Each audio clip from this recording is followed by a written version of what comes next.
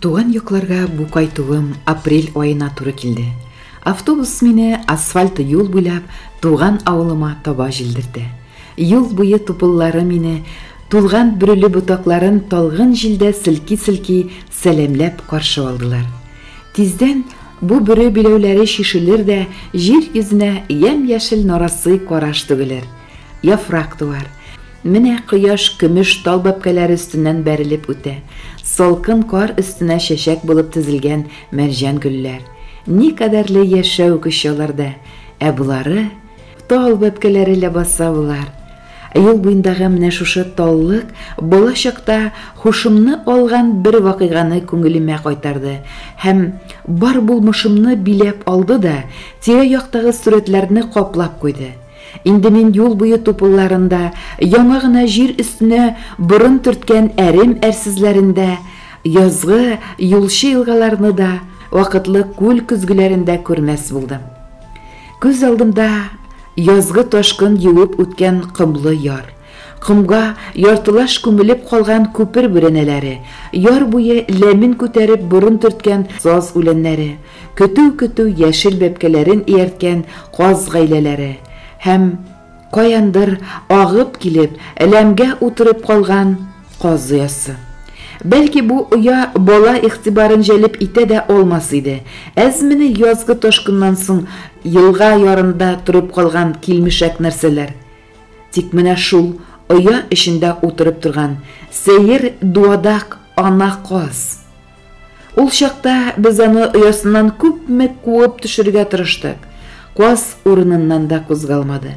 Хәтта шукымыйда, оядан алып ташлаудан безне аның яшьле күз карашы гына тыеп тора.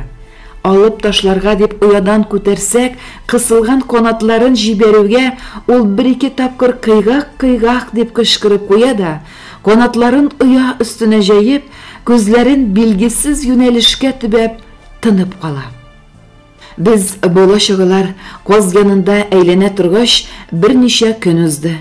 Ул һәммә безнең үз табышы, үз казына әверелде бугай. Шулай да казның хуҗасы табылды. Тик бу хәл кызганыч казны тагы да кызганычрак итеп җибәрде. Булай булды бу.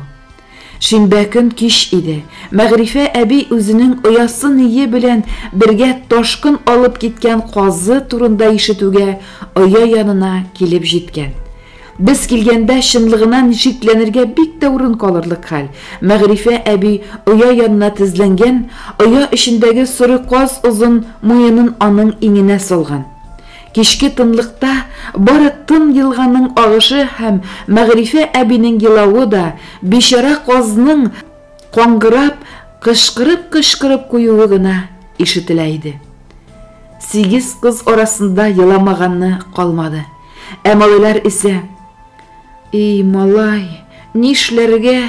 диешә бездән йөзләрен генә яшерделәр.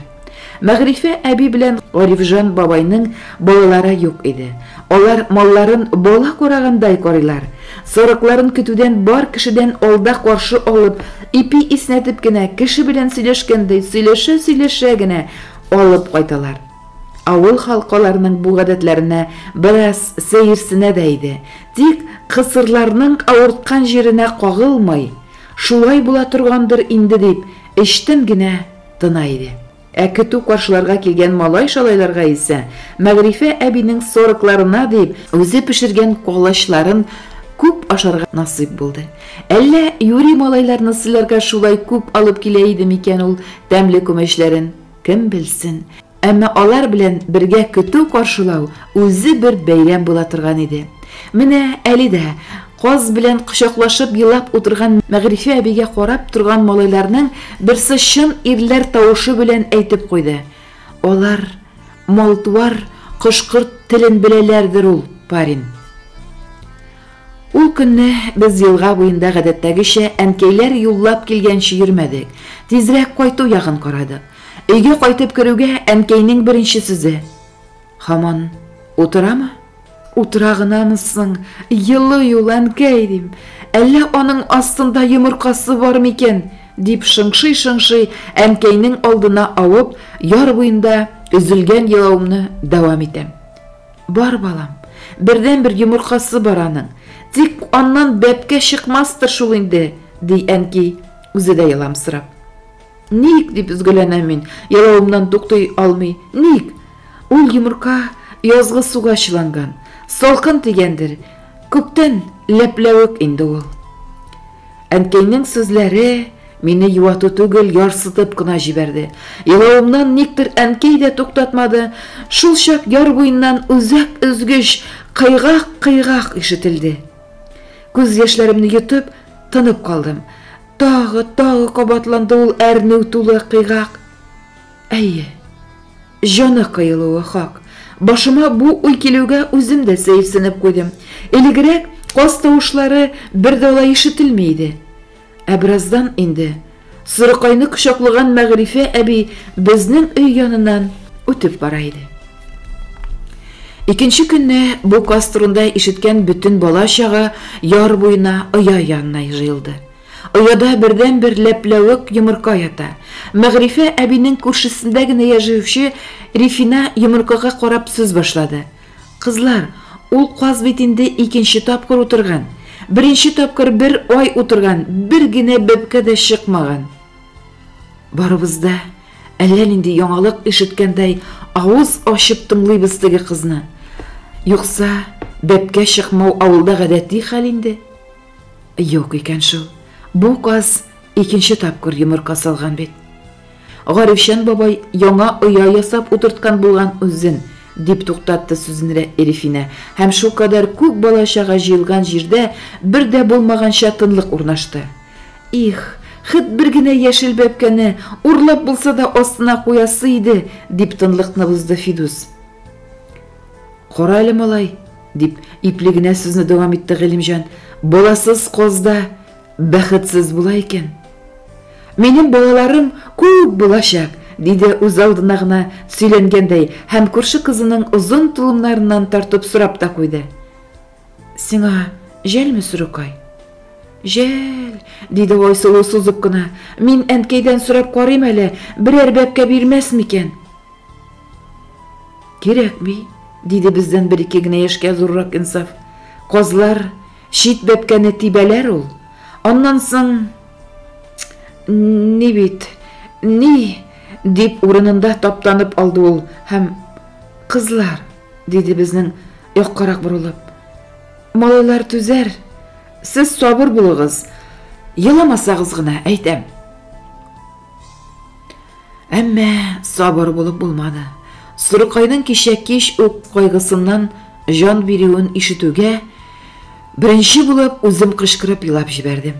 Айсылу, алдакчы, алдакчы, дия токтаусыз инсафның аркасын дөмбәсләргә тотынды.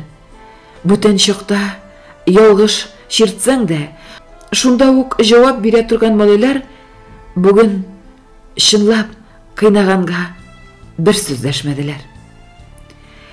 Язгы су китеп бетүгә, елга үз ярларына кайтты. Ә оя тирәли ям-яшел үсентеләр дә күтәрелеп килә. Яш толдан үрелгән оя чыбыклары дымсу яр ләмендә тамыр җибәреп үсәүк башлаганнар. Үсмер тормышында гадәттән тыш була торган хәлләр сүз куешкандай, гел шушы оя янында хәл ителде ул чакта. Су керергә дә түгәрәк тал тугайына гына йөрдек. Менә шулай ул тугай үзенә исем алды да куйды. Түгәрәк оя бәпкә чыгара алмады. Тик шул төбәктә бүген дә Сырыкай оясыннан таралган толлар агым суда тулымнарын юа. Автобус кинәт туктап калгач кына мин уйлардан аерыла алдым. Төшергә кирәк, тик язгы су юлны елга иткән. Төшүчеләр юл калкулыгына берәм-берәм сикерәләр. Көтмәгәндә төшүчеләр кабат автобус эченә сикерештеләр. Чөнки каршыга юл пычрагын йырып зур трактор килә иде. Кемдер шат тавыш белән кычкырып җибәрде. Галимҗан иш, ул ни за что чәчрәтми. Чынлап та төшүчеләргә юл биреп, трактор туктап ук калган иде. Трактор кабинасыннан иң якын кешесен очраткандай шат елмаеп, миңа кул бирүче классташым, авылда 8 балалы бердән бер зур гаилә башлыгы Галимҗан иде.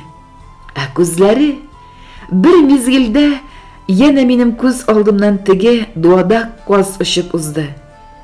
Бәхетсезнең күзләре шундый була, дип танып калганмын мин ул чакта. Әйе, күз карашы картаймагандыр ахыры. Гыйлемҗанның күзләре теге вакыттагы кебек очкын чәчеп тора. Бәхетле кешенең генә күзләре шундый булгандыр.